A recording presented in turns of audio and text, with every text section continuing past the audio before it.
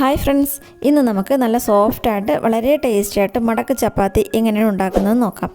നല്ല ലെയറായിട്ട് ഇളകി വരുന്ന ഈ ചപ്പാത്തി കഴിക്കാനായിട്ട് നല്ല ടേസ്റ്റാണ്. വീഡിയോയിലേക്ക് പോകുന്നതിന് മുമ്പായിട്ട് നിങ്ങളെൻ്റെ ചാനൽ ഇതുവരെ സബ്സ്ക്രൈബ് ചെയ്തില്ലെങ്കിൽ ഒന്ന് സബ്സ്ക്രൈബ് ചെയ്തേക്കണം. അതിൻ്റെ കൂടെ ബെല്ലൈക്കണും കൂടെ ഒന്ന് ക്ലിക്ക് ചെയ്തേക്കണം. പിന്നെ വീഡിയോ കണ്ട ശേഷം ഇഷ്ടപ്പെടുവാണെങ്കിൽ ലൈക്ക് ചെയ്യാനും അഭിപ്രായങ്ങൾ കമൻറ്റ് ബോക്സിലൂടെ അറിയിക്കാനും മറക്കരുത്. ചപ്പാത്തി ഉണ്ടാക്കാനായിട്ട് ആദ്യം നമുക്ക് മാവ് കുഴച്ചെടുക്കാം. അതിനായിട്ട് 2 കപ്പ് ഗോതമ്പ് മാവ് ഞാനൊരു പാത്രത്തിലേക്ക് എടുത്തിട്ടുണ്ട്. അതിലേക്ക് ആവശ്യത്തിന് ഉപ്പിട്ടിട്ട് നന്നായിട്ടൊന്ന് മിക്സ് ചെയ്യാം.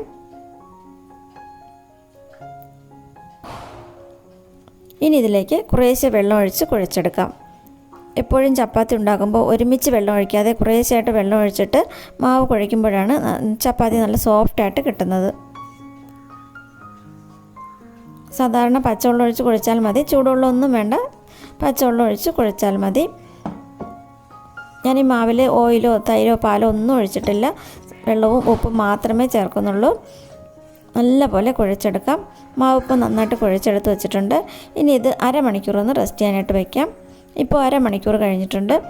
മാവ് നല്ല സോഫ്റ്റായിട്ട് വന്നിട്ടുണ്ട്. ഇനി മാവൊന്ന് ഉരുട്ടിയെടുക്കാം. അല്പം വലിയ ഉരുളകളായിട്ട് ഉരുട്ടിയെടുക്കണം. സാധാരണ ചപ്പാത്തിയേക്കാളും കുറച്ചുകൂടെ വലുപ്പത്തിൽ വേണം ഉരുട്ടിയെടുക്കാനായിട്ട്. മടക്കിയെടുക്കുന്ന ചപ്പാത്തി ആയതുകൊണ്ട് അല്പം വലുപ്പത്തിൽ ഉരുട്ടിയെടുക്കണം. മാവ് മുഴുവനും ഉരുട്ടിയെടുക്കാം. മാവ് മുഴുവൻ ഉരുട്ടിയെടുത്ത് വെച്ചിട്ടുണ്ട്. ഞാൻ ഈ ചപ്പാത്തി ഉണ്ടാക്കാനായിട്ട് ഡാൽഡയാണ് എടുത്തിട്ടുള്ളത്. ഡാൽഡയിൽ ഉണ്ടാക്കുമ്പോഴാണ് ഈ മടക്ക് ചപ്പാത്തിക്ക് കൂടുതൽ ടേസ്റ്റ് ഉണ്ടാകുന്നത്. ഡാൽഡ ഞാനൊരു പാത്രത്തിലേക്ക് എടുത്തിട്ട് ഒന്ന് ഉരുക്കിയെടുത്തിട്ടുണ്ട്. ഡാൽഡയ്ക്ക് പകരം സൺഫ്ലവർ ഓയിൽ എടുത്താലും മതിയാകും. വെളിച്ചെണ്ണയെക്കാട്ടും നല്ലത് സൺഫ്ലവർ ഓയിലായിരിക്കും. ചപ്പാത്തി പലകയിൽ അല്പം ഓയിൽ പുരട്ടിയ ശേഷം ഉരുള വെച്ചിട്ട് പരത്തിയെടുക്കാം. നല്ല പോലെ പരത്തിയെടുക്കണം. മാവ് കുഴയ്ക്കുമ്പോൾ മാവ് ലൂസായി പോകരുത്. നല്ല കട്ടിക്ക് വേണം മാവ് കുഴച്ചെടുക്കാനായിട്ട്, എന്നാലേ നന്നായിട്ട് പരത്തിയെടുക്കാനായിട്ട് പറ്റുള്ളൂ. നന്നായിട്ട് പരത്തിയ ശേഷം കുറച്ച് ഡാൽഡ ഒഴിച്ച ശേഷം അതിന് മുകളിലായിട്ട് അല്പം മാവിട്ടിട്ട് ഒന്ന് ഇതുപോലെ ഒന്ന് മടക്കാം. മടക്കിയ സൈഡിലും ഡാൽഡ നന്നായിട്ട് ഒഴിച്ചു കൊടുക്കണം. ഇതുപോലെ ഡാൽഡ ഒഴിച്ച് മാവ് ഇട്ടാൽ മാത്രമേ ലെയറായിട്ട് ഇത് ഇളകി വരുള്ളൂ. അതും വീണ്ടും ഒന്നുകൂടെ ഒന്ന് മടക്കാം. അതിനുശേഷം ഓയിൽ പുരട്ടിയിട്ട് നന്നായിട്ട് പരത്തിയെടുക്കാം.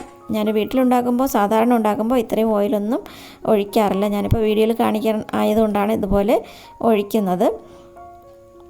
ഓയിൽ കുറച്ച് ഉപയോഗിക്കുന്നവരാരും ഇതുപോലെ ഓയിലൊഴിച്ച് ചപ്പാത്തി ഉണ്ടാക്കി കഴിക്കരുത്.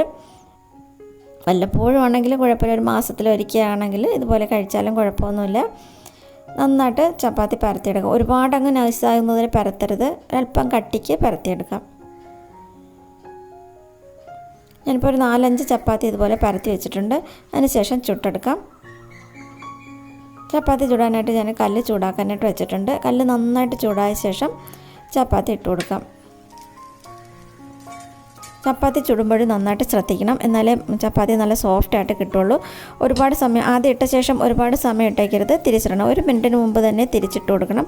ഒന്ന് ചെറുതായിട്ടൊന്ന് വേകുമ്പോൾ തന്നെ തിരിച്ചിട്ട് കൊടുത്തിട്ട് ഓയിൽ പുരട്ടിയിട്ട് വീണ്ടും തിരിച്ചും മറിച്ചും ഇട്ട് അങ്ങനെ വേണം ചപ്പാത്തി ചുട്ടെടുക്കാനായിട്ട്. ചട്ടുകം വെച്ച് നന്നായിട്ട് അമർത്തി അങ്ങനെ വേണം ചുട്ടെടുക്കാനായിട്ട്. ഇതുപോലെ ബ്രൗൺ കളർ ആകുന്നത് വരെ ചുട്ടെടുക്കാം. ചപ്പാത്തി മുഴുവനും ഞാനിതുപോലെ ചുട്ടെടുത്ത് വെച്ചിട്ടുണ്ട്. ഇതുപോലെ ലെയറായിട്ട് കിട്ടുന്ന ചപ്പാത്തി റെഡി ആയിട്ടുണ്ട്. ഇത് പണ്ടൊക്കെ നമ്മുടെ വീട്ടിൽ എൻ്റെ അമ്മ ഇതുപോലെയാണ് ചപ്പാത്തി ഉണ്ടാക്കി തരുന്നത്. നല്ല ടേസ്റ്റാണ് അത് കഴിക്കാനായിട്ട്. അമ്മ ഉണ്ടാക്കുന്ന ചപ്പാത്തിക്ക് ഒരു ടേസ്റ്റായിരുന്നു.